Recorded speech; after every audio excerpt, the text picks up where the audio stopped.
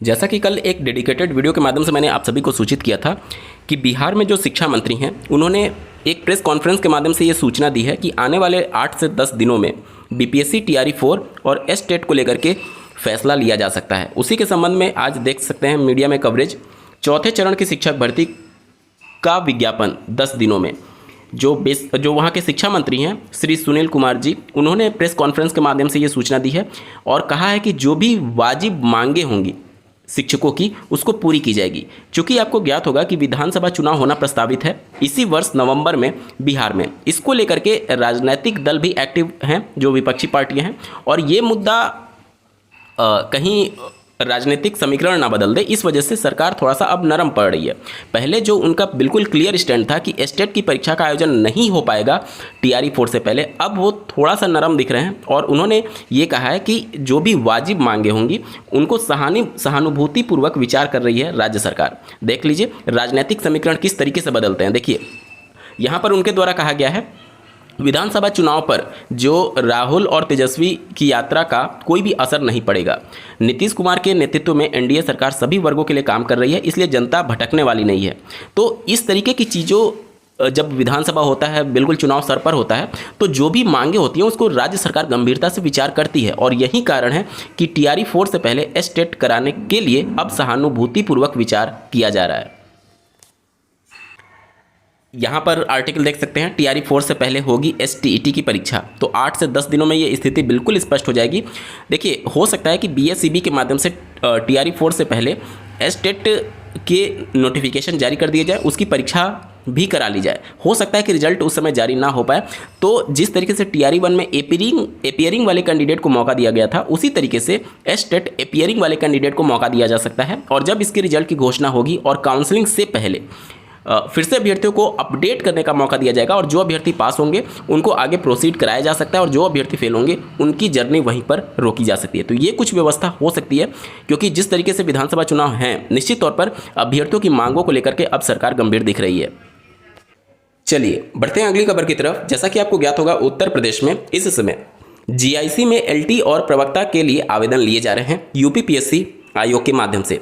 और इस समय जो OTR वन टाइम रजिस्ट्रेशन होता है, जिसके बाद ही आप आवेदन कर सकते हैं, वो अपने रिकॉर्ड स्तर पर पहुंच चुका है। जब से इसका नोटिफिकेशन जारी हुआ है तब से लगभग 7 लाख नए अभ्यर्थी जो हैं वो OTR कंप्लीट कर चुके हैं और लगभग OTR करने वाले अभ्यर्थियों की संख्या 28,54,000 तक पहुंच चुकी है। ये टोटल OTR की संख्या है, इसमें जो अन्य भर्तियों के लिए आवेदन करते हैं वो भी शामिल होते हैं। तो ये केवल LT ग्रेड या फिर PGT के लिए नहीं है, बल्कि सभी के लिए। लेकिन जब से नोटिफिकेशन जारी हुआ है तब से लगभग 7 लाख नए OTR हुए हैं, जो कि निश्चित तौर पर LT ग्रेड और प्रवक्ता पोस्ट के लिए हो सकते हैं।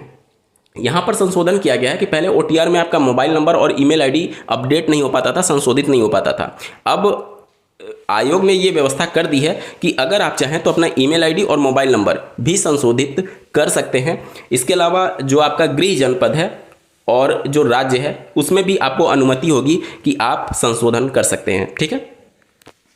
उत्तर प्रदेश राज्य सरकार के द्वारा उत्तर प्रदेश में 2014 में जो LT ग्रेड में नियुक्तियां हुई थी उसको लेकर के गहन जांच की गई और ये पाया गया कि लगभग 22 अभ्यर्थी जो हैं वो फर्जी तरीके से इस भर्ती में सम्मिलित हुए थे, गलत डॉक्यूमेंट दे करके।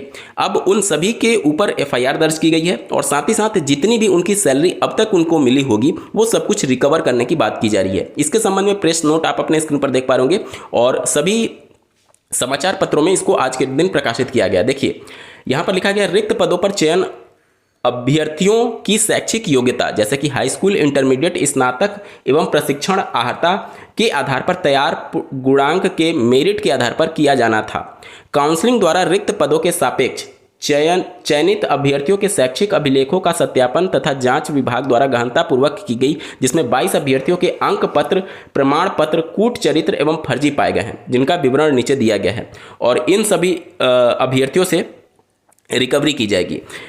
निश्चित तौर पर इस तरीके की कार्रवाई और तेज करनी चाहिए ताकि अभ्यर्थियों को सबक मिल सके कि जो जेन्युइन कैंडिडेट का हक ले रहे हैं उनके ऊपर कार्रवाई जब तक नहीं होगी तब तक इस तरीके का कड़ा मैसेज इन फर्जी तरीके से घुसे अभ्यर्थियों में मैसेज नहीं जाएगा। तो जरूरी है इस तरीके की कार्रवाई और ज़्यादा तेज हो और निश्चित तौर पर रिकवरी भी हो। एफआईआर तो ठीक है, रिकवरी भी हो, ताकि जो भी गलत तरीके से जो जेन्युइन 2014 में जब इनको नियुक्ति मिली होगी तो जाहिर सी बात है एक जेन्युइन कैंडिडेट का हक ये लोग लिए हुए हैं, तो जाहिर सी बात इनके साथ कोई भी दया या फिर सहानुभूति नहीं होनी चाहिए किसी भी प्रकार की। चलिए बढ़ते हैं अगली खबर की तरफ। जैसा कि आपको ज्ञात होगा, उत्तर प्रदेश में स्कूलों का जो मर्जर चल रहा है उसको लेकर के मुद्दा राजनीतिक बन चुका था और ये मामला विधानसभा में भी उठा था। इसके बाद से ये मामले कोर्ट में गए, पहले हाईकोर्ट की सिंगल बेंच, जहां पर माननीय हाईकोर्ट की सिंगल बेंच ने सरकार के फेवर में फैसला दिया और राष्ट्रीय शिक्षा नीति 2020 के आधार पर इस विलय को बिल्कुल ठीक बताया था। उसके बाद से ये मामला डबल बेंच में जाता है। इससे पहले ये मामले सुप्रीम कोर्ट में भी जा चुके हैं। सुप्रीम कोर्ट ने कहा कि आप प्रॉपर चैनल से होकर के आइए, मतलब कि पहले सिंगल बेंच, उसके बाद डबल बेंच, और अगर वहां से जजमेंट से आप संतुष्ट नहीं है तब जाकर के आप सुप्रीम कोर्ट आइए, डायरेक्टली सुप्रीम कोर्ट नहीं आना है। इसके साथ ही साथ अगर आपको याद हो, श्री संजय सिंह जो कि आपसे जुड़े हुए हैं, उनके द्वारा भी सुप्रीम कोर्ट में एक याचिका दायर की गई थी और श्री कपिल सिब्बल जी इस पूरे मामले को लीड कर रहे थे। उस मामले में भी सुप्रीम कोर्ट ने कहा कि पहले इस मामले को हाईकोर्ट से निस्तारित होना चाहिए और उन्होंने इस मामले को हाईकोर्ट में भेज दिया है। अब आज दिनांक 21 अगस्त 2025 को इस मामले की सुनवाई हाईकोर्ट में होने जा रही है। आप अपने स्क्रीन पर देख पा रहे होंगे। प्रदेश के परिषदीय स्कूलों के विलय के मामले में इलाहाबाद हाईकोर्ट की लखनऊ खंडपीठ में 21 अगस्त को सुनवाई होगी। मुख्य न्यायमूर्ति की अध्यक्षता वाली खंडपीठ के समक्ष विशेष अपीलें सुनवाई के लिए बृहस्पतिवार को सूचीबद्ध की गई हैं। बीती 24 जुलाई को हाईकोर्ट ने विलय प्रक्रिया में उजागर हुई स्पष्ट अनियमितताओं के मद्देनजर सीतापुर के स्कूलों के विलय पर यथास्थिति बरकरार रखने का आदेश दिया था। कोर्ट ने स्पष्ट किया था कि यह अंतरिम आदेश देते समय अदालत ने स्कूलों के विलय या फिर मर्जर की सरकार की नीति इस पर अमल करने की मेरिट पर कुछ नहीं किया है। मुख्य न्यायमूर्ति और न्यायमूर्ति की खंडपीठ के समक्ष 24 जुलाई को विशेष अपीलों पर राज्य सरकार व बेसिक शिक्षा विभाग के अधिवक्ताओं ने बहस की थी। अदालत के सामने सुनवाई के दौरान राज्य सरकार की ओर से पेश किए गए विलय के कुछ दस्तावेज में अनियमितताएं सामने आई थी। राज्य सरकार की ओर से इनका स्पष्टीकरण देने के लिए समय मांगा गया था, जिनके मद्देनजर कोर्ट ने सीतापुर जिले के स्कूलों की विलय पेयरिंग प्रक्रिया 21 अगस्त तक मौजूदा स्थिति बनाए रखने का आदेश दे दिया था। अदालत ने अपीलकर्ताओं को राज्य सरकार द्वारा दाखिल हलफनामे पर जवाब पेश करने को अगली सुनवाई तक समय दिया था।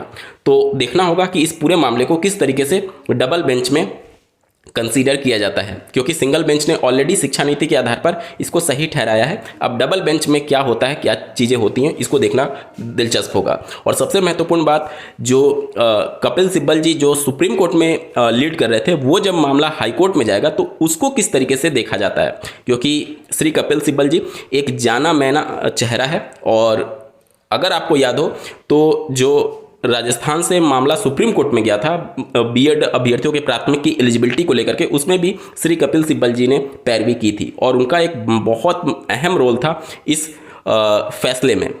तो देखना होगा कि जो विद्यालयों का मर्जर हो रहा है उसको लेकर के किस तरीके से चीज़ें आगे बढ़ पाती हैं उत्तर प्रदेश में। आज के वीडियो में बस इतना ही। ऐसे ही महत्वपूर्ण अपडेट के लिए चैनल को सब्सक्राइब करना ना भूलें। इस वीडियो को देखने के लिए आपका बहुत बहुत धन्यवाद। भगवान करे आपका दिन शुभ हो।